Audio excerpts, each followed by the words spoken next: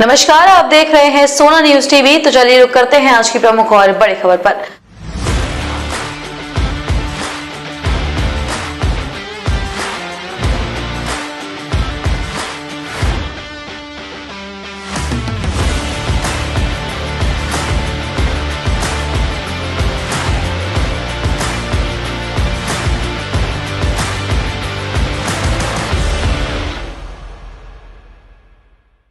नमस्कार, आप देख रहे हैं सोना न्यूज। मेरे साथ बात करने के लिए तमाड़ के विधायक और जेएमएम के प्रत्याशी विकास कुमार मुंडा जी, हम बात करते हैं उनसे। सोना न्यूज बात करने के लिए आपको बहुत बहुत धन्यवाद। सबसे पहले तो आपको और आपके पूरे व्यूवर्स को मेरी तरफ से जोहार। इस बार आपको पार्टी ने फिर से भरोसा जता के आपको टिकट दी है, कैसी नजर देखते हैं? पार्टी ने विश्वास जताया कि झारखंड के एक मैं कहूँ तो इतनी बड़ी लड़ाई के लिए मुझे पार्टी ने अपना सिपाही समझा। इसके लिए मैं अपनी तरफ से अपने पार्टी और पार्टी के नेता आदरणीय मुख्यमंत्री हमारे हेमंत सोरेन जी को भी मैं अपने तरफ से और अपने क्षेत्र की सभी आम जनमानस की तरफ से उनको बहुत बहुत कोटि कोटि धन्यवाद देता हूँ। देखिए, झारखंड की सरगर्मी तेज हो गई है। चुनाव में सभी प्रत्याशी अपने अपने तैयारी में जुटे हैं। आप इस बार कौन सा मुद्दा लेके जनता की अदालत में जाएंगे? निश्चित तौर से पिछले 5 सालों में हम लोगों ने सरकार की मदद से, हम लोगों ने अपने व्यक्तिगत प्रयासों से जिन क्षेत्रों के लिए हमने काम किया है, पूरे विधानसभा क्षेत्र को आगे बढ़ाने के लिए एक सकारात्मक रुख रखते हुए लोगों की आम समस्याओं का हम लोगों ने समाधान करने का एक बड़ा प्रयास किया है। हम यही कह के जाएंगे कि भाई अभी तक हम लोगों ने जिन प्रयासों को आपके साथ और विश्वास के साथ में हमने किया है, उसको और गति देने के लिए आपका फिर से आशीर्वाद चाहिए, ताकि जितने काम हम लोग पिछले 5 साल में नहीं कहूँगा उसको, चूँकि 2 साल तो कोरोना के ही रहे और उस समय किसी तरह की कोई एक्टिविटी हुई नहीं थी, लेकिन जो विगत 3 साल रहे हैं उन 3 सालों में क्षेत्र के लिए ऐतिहासिक काम हुए हैं और उन्हीं कामों को और ज़्यादा तेज़ी देने के लिए एक बार फिर से तमाड़ विधानसभा जनता का आशीर्वाद और प्रेम हम लोग मांगने के लिए फिर से जाएंगे। तमाड़ विधानसभा में स्वास्थ्य लेके क्या काम हुई है? देखिए, आप देखेंगे पहले डॉक्टरों का भी अभाव हुआ करता था। जितने भी अस्पताल थे, खासकर हमारे प्रखंड मुख्यालय में जितने भी अस्पताल थे वहाँ डॉक्टरों का भी अभाव हुआ करता था। साथ में कई तरीके के जो इलाज वगैरह हो, टेस्ट वगैरह हो नहीं होते थे। बहुत साधारण से जो चीज़ें होती थी वो सुविधा मिलती थी। लेकिन आज आप अस्पताल अगर आप जाते हैं, हमारा बुंडू अस्पताल हो, तमाड़ अस्पताल हो, आपको देखने को मिलेगा कि खासकर हमारे बुंडू अनुमंडल, चूँकि वो तो पूरे अनुमंडल का अस्पताल है, तो उस अनुमंडलीय अस्पताल में हमने डायलिसिस केंद्र भी खोलने का प्रयास किया, जो सफलतम रूप से आज के दिन में काम भी कर रहा है और प्रतिदिन कई लोगों का डायलिसिस यहाँ पे हो रहा है। और आप देखिए कि डायलिसिस सेंटर यहाँ खुल जाने की वजह से लोगों को नंबर लगा के रांची में जो काफ़ी खर्चीला होता है आपको डायलिसिस कराना, वो आपको फ्री ऑफ कॉस्ट हमारे बुंडू अनुमंडलीय अस्पताल में हो रहा है। कई तरीके के वहाँ स्पेशलिस्ट डॉक्टर आज के दिन में बैठ रहे हैं, कई तरीके का टेस्ट वहाँ हो रहे हैं। तो आप देखिए, हम लोगों ने प्रयास किया है, लेकिन हाँ, हम ये कहते हैं कि इस स्वास्थ्य सुविधाओं को लेकर के अभी तक हम लोगों ने जो काम किया है, इससे और बेहतर करने की आवश्यकता है। इस बात को हम स्वीकार करते हैं, क्योंकि मेरा मानना है कि पंचायत लेवल में लोगों को कम से कम ये व्यवस्था जरूर होनी चाहिए कि जो हम लोग फर्स्ट एड, जिसको प्राथमिक उपचार कहते हैं, उसकी व्यवस्था करना हमारे लिए सबसे बड़ी चुनौती है। और इसको हम लोगों ने एक टारगेट लिया है, जिसके ऊपर हम लोग बहुत अच्छे तरीके से आने वाले समय में वो काम करने जा रहे हैं।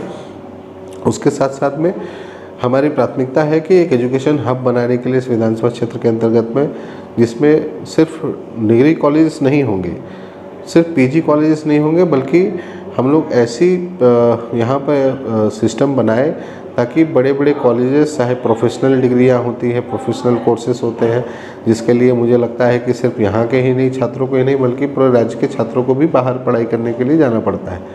तो मेरा आने वाले समय में ये प्रयास होगा कि इस तरह की व्यवस्थाओं को हम लोग अपने विधानसभा क्षेत्र में लेके आए, ताकि हर पैमाने पे एक जो हम लोग देखते हैं कि भाई सभी चीज़ों से व्यवस्थित जो एक विधानसभा क्षेत्र होना चाहिए, उसके लिए भी ये सारी चीज़ें भी आवश्यक है।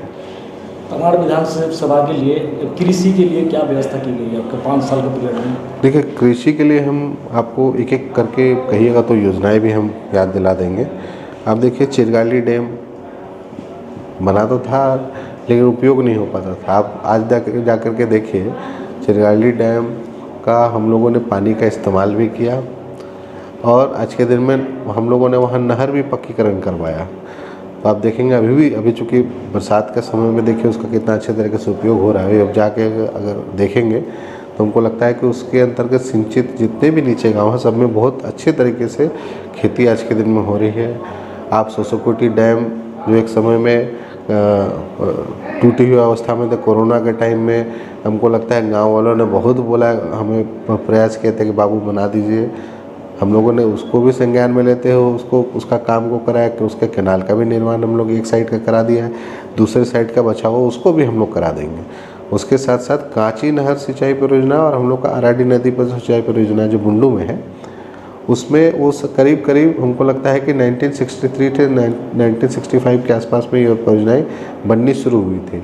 और आप देखेंगे कि ये सारी परियोजनाएँ एक तरीके से आपको कच्ची थी, मतलब नहरें भी थी तो कच्ची थी, लेकिन फिर भी हम दाद देते हैं कि उस समय के जो सिविल इंजीनियर्स लोगों को भी ऐसी कल्पना जिसमें हम इतने बड़े क्षेत्र को बिना वाटर लिफ्ट किए हम इतने बड़े इलाके को सिंचाई की व्यवस्था मुहैया हो पाई।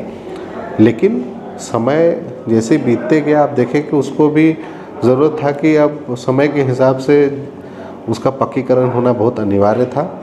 हम लोगों ने अपने कार्यकाल में अपने क्षेत्र के अंतर्गत में जितने भी मुख्य कैनाल हैं कांची नहर सिंचाई परियोजना के, उसको 100% हम लोगों ने पक्कीकरण करा दिया है।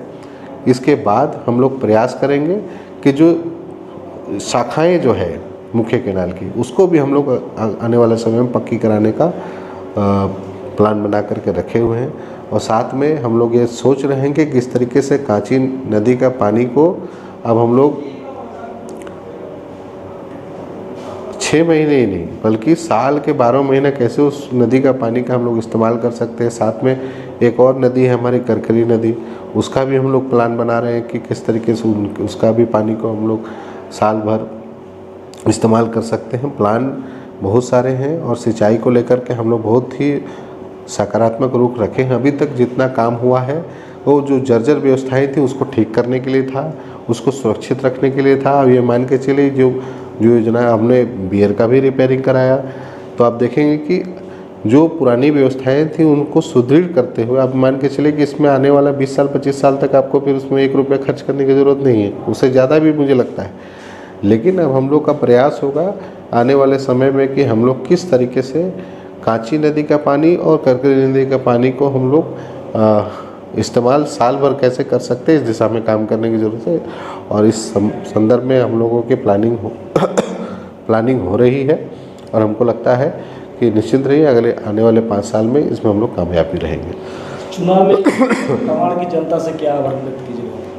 देखिए, सबसे पहले तो हम आभार ही देंगे कि लगातार 2 बार तमाड़ की जनता ने मुझे इस विधानसभा क्षेत्र का प्रतिनिधित्व करने का मौका दिया है और पूरे प्यार और बहुमत के साथ में दिए हैं। दोनों बार जिताया, भारी बहुमत से जिताया।